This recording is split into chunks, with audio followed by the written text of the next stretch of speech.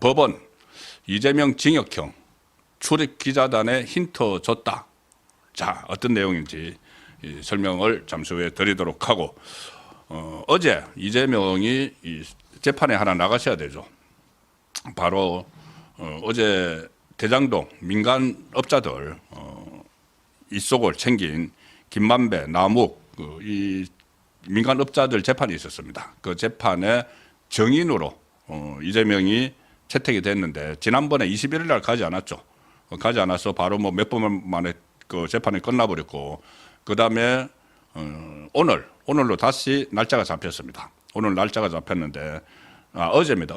어제 날짜가 잡혔는데, 또 그 오늘로 날짜가 잡혔는데, 그러니까 어제 가지 않았죠. 어제 가지 않아서 과태료를 물었습니다. 300만 원 과태료를 선고를 받았습니다. 그런데 오늘 또 다른 재판이 또 있었습니다. 정신이 없죠, 지금 이재명은. 오늘 대장동 자기 재판.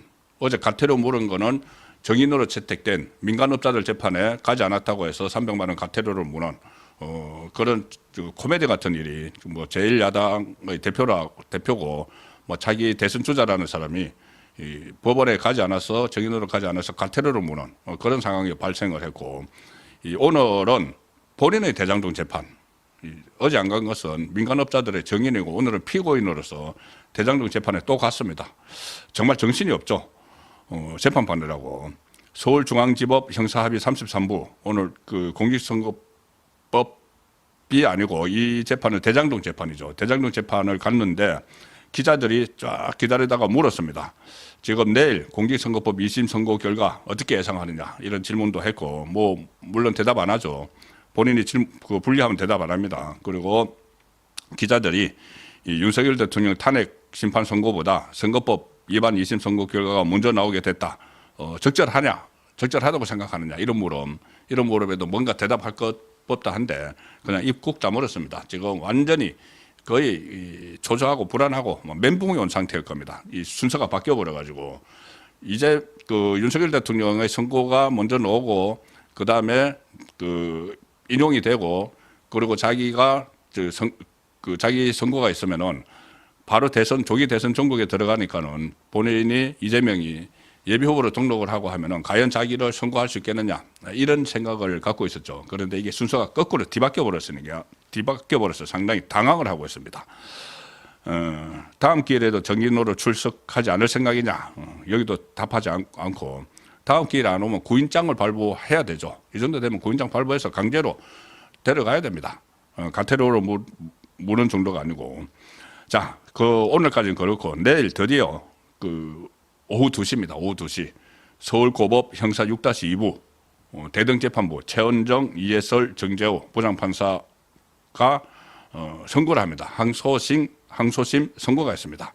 1심은 집행유예 2년이지만은 징역 1년형을 선고를 했죠. 징역 1년형. 이게 확정이 되면은 이재명은 모든 게 날아갑니다. 이 대표직도 날아가고 국회의원직 날아가고 앞으로 10년 동안 피선거권이 박탈돼서 뭐 다음 대선이고 뭐고 다 출마를 못합니다. 거기다가 민주당 434억 원, 이제 대법원 확정 판결되면은 434억 원 국고 보조받은 거, 지난번 대선할 때 국고에서 보조받은 거 434억 원 토해내야 되죠. 그 상황에서 민주당은 재산의 절반이 날아가고 이재명은 모든 것을 잃게 되는데, 인신구속, 내일 당장 법정 구속은 하지 않겠죠. 사실은 해야 되는데, 법정 구속도 시도를 해야 되는데 집행유예가 안 붙었으면은. 근데 어쨌든 그 다음에 이재명의 남은 재판들도 많이 있죠. 그러면 나중에 구속되는 이 수순으로 이제 이재명은 접어들게 됩니다. 자, 그래서 제가 이 썸네일에 말씀드린 이재명 2심 확률 피선거권 박탈률 98.3%, 이게 어디서 나온 이야기냐 하면은 오늘 이데일리가 이데일리 언론사죠. 이데일리가 1심에서 징역형 집행유예를 선고받은 경우, 자, 이재명처럼 징역 1년 집행유예 2년 선고받았죠. 1심에서 징역형 집행유예를 선고받은 경우 2심에서 무죄가 나올 확률은 얼마나 될까? 아니면은 징역형을 받았는데 2심에서 벌금형을 나올 확률은 얼마나 될까? 이것을 통계를 냈습니다. 이 통계가 이 샘플이 무려 35,099명입니다. 이게 최근 3년간 2021년부터 2023년 사이에 형사 항소심 판결 결과를 분석을 했습니다. 여기에 보면은 1심에서 징역형 집행유예 이재명처럼 선고를 받은 사건이 2심에서 무죄로 뒤집힐 확률은 불과 1.7%. 1.7%. 이게 숫자로 보면은 징역형 집행유예를 최근 3년 동안 35,099명이 받았는데 이 중에서 무죄, 2심에서 무죄가 된 사람이 불과 585명, 1.7%밖에 안 됩니다. 무죄. 그 다음에 이 35,099명 중에서 2심에서 1심은 징역형 집행유예인데 이재명처럼 이게 벌금형으로 깎인 경우 집행유예가 붙은 징역형이 벌금형으로 깎인 경우가 2,267명 다 하면은 6.5%. 그러니까 징역형을 받았는데 집행유예를 받았는데 무죄가 나온 게 1.7%밖에 안 되고 벌금형 나온 게 6.5%밖에 안 되는 겁니다. 그리고 무죄는 아니지만 벌금형으로 감형된 비율이 6.5%. 그리고 같은 집행유예지만 형량이 감소, 그 6개월 뭐 이런 식으로 예를 들어서 이재명 같으면 감소된 비율은 약 3.1%. 그래서 이재명은 일단 그 본인이 지금 살 길은 무죄밖에 없죠.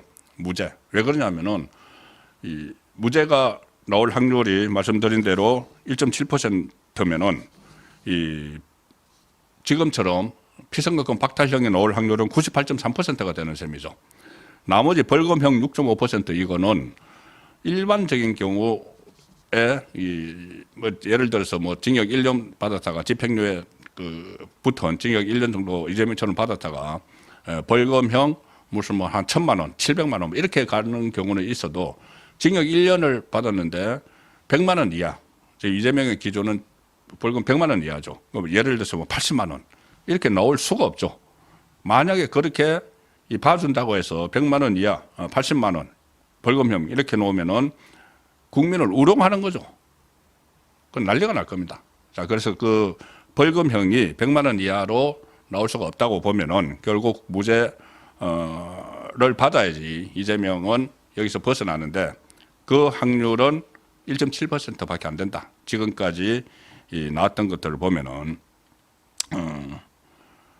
그리고 1심 집행유예 사건 중에 이재명 같은 이런 1심 집행유예 사건 중에서 항소심에서 원심 형량이 유지되는 비율은 약 69.3%입니다. 이재명이 그대로 유지되는 비율은 거의 한 70%인데 이거 잘 보셔야 됩니다. 그런데 나머지 30% 중에서 2심에서 원심 판결이 이제 변경이 됐는데 그 10건 중 3건이죠. 그게 이제 원심 판결이 변경이 되는데 그런데 10건 중에 2건은 원심 판결이 변경이 되지만은 2건은 검사의 항소가 받아들여져서 형량이 늘어난 경우입니다. 나머지 1건 정도가 감형되는 경우에 해당을 한다. 그러니까 이게 바뀌어도 1심, 2심에서 바뀌어도 감형되는 경우는 11.7%에 불과하다. 이 감형되는 것은 조금 전에 말씀드린 벌금형이나 아니면 무죄든지 벌금형이든지 또는 이 형량이 줄어드는 벌금이 아니고 집행유예형 실형이라도 징역형이라도 줄어드는 거 이거 다 합해도 11.7%. 그런데 이재명은 그런 것들은 전부 다 어쨌든 그 벌금 100만 원 이상이면은 모든 것이 날아가기 때문에 다른 건 의미가 없죠. 그냥 무죄가 나와야지 이재명은 헤어날 수 있는 건데 무죄가 나올 확률은 지금 거의 없다. 이 확률적으로 봐도 그렇고 또 이재명의 사건은 워낙 오랫동안 끌었죠. 이거 1심에서 2년 2개월을 끌었던 사건입니다. 2년 2개월을 끌었고 모든 이 정인들 한 50명 정인들이 나와서 이재명의 뭐 고 김문기에서 몰랐다. 그리고 백현동 4단계 그 옹벽 아파트 용도 변경이 박근혜 국토교통부의 협박이었다. 이런 부분들에 대해서 다 부인을 했고 그리고 또 백현동 같은 경우는 관련 사건에서 브로커로 용도 4단계 변경을 해주고 그 개발업자 정바울 씨에게 75억 원을 받았던 이재명의 후원 회장을 맡았던 김인섭 씨가 지금 징역 5년 대법원에서 확정 판결이 됐습니다. 그러니 이것이 박근혜 국토부의 협박이 아니었다는 것은 대법원에서 확정을 해버렸죠. 자, 그래서 지금 본인이 이제 빠져나갈 구멍이 없으니까는 그 거짓말에 대해서 거짓말이 이제 한 것은 인정을 하고 그 거짓말이 뭐 선거법에 위배되느냐 안 되느냐 그거 가지고 또 새로 따지려고 하는데 지금 법리상으로는 도저히 이 무죄가 나올 수가 없는 사건이다. 는 것이 대다수 법조계의 의견입니다. 그리고 이 집계를 보면은 2심 판결, 이제 2심 판결이 나오죠. 이재명 2심 판결이 나오는데 이 2심 판결이 대법원에서 3심 대법원에서 파기 환송될 가능성을 이제 좀 따지겠죠. 또 따지는데 지난 3년 동안 2심의 징역형 집행유예 판결이 이제 내일 이재명이 2심에서 똑같이 1년의 집행유예 2년 받는다고 하면은 그 판결이 대법원에서 파기 환송될 비율은 지난 3년 동안 그 비율은 평균 2.5%에 불과했다. 2.5%. 이 바늘구멍 같은 이 안에 이재명이 들어가서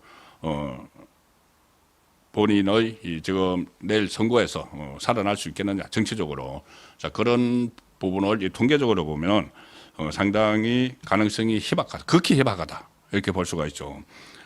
법조계에서는 이재명 사건의 1심 유죄 판결이 무죄로 뒤집힐 가능성은 상당히 낮다고 봅니다.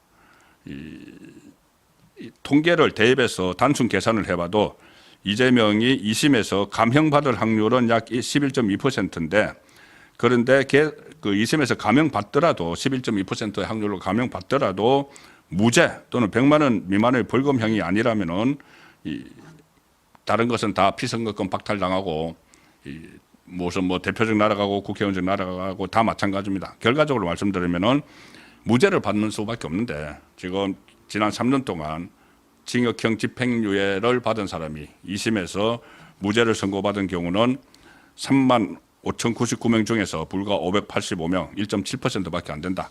그러면 이재명의 2심 확률, 2심 확률은 이 박탈력, 피선거 박탈형이 98.3%다는 이야기가 되는 거죠. 물론 일부에서는 이 재판부에 대한 우려를 또 하기를 합니다. 재판부 대등재판부라고 해서 3명의 부장판사가 같이 재판을 하죠. 같이 재판을 하지만 여기서 일부 판사가 좀 진보적인 여태까지 판결을 해왔다 이런 그 우려도 있죠. 그런데 제가 말씀드렸다시피 지금은 뭐 국제인권법 연구회, 의료법 연구회 이쪽 출신 판사들이라도 가령 예를 들어서 이 선거법 1심에서 징역 1년 집행유예 2년을 때린 한성진 부장판사도 국제인권법 연구회 출신이죠. 그리고 윤석열 대통령 구속 취소를 한 지기현 부장판사도 국제인권법 연구회 출신입니다. 그렇지만은 그 연구회 출신 판사라도 정말 정치적인 판결을 하는 어제 그 혼자서 한독수 총리 파면해야 된다고 주장을 했던 정계선 같이 이 정치적인 판결을 하는 사람이 있지만 그렇지 않고 이 법과 양심에 따라서 판결을 하는 사람 법관들도 많기 때문에 그 부분은 일단 내일까지 한번 믿어야 된다는 말씀을 드리고 싶습니다.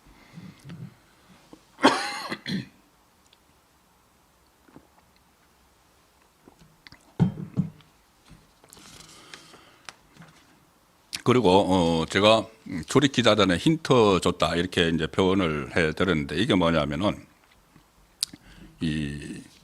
오늘 그 법원에서 출입 기자들에게 공지를 하나 했는데 이런 공지가 있었다고 합니다.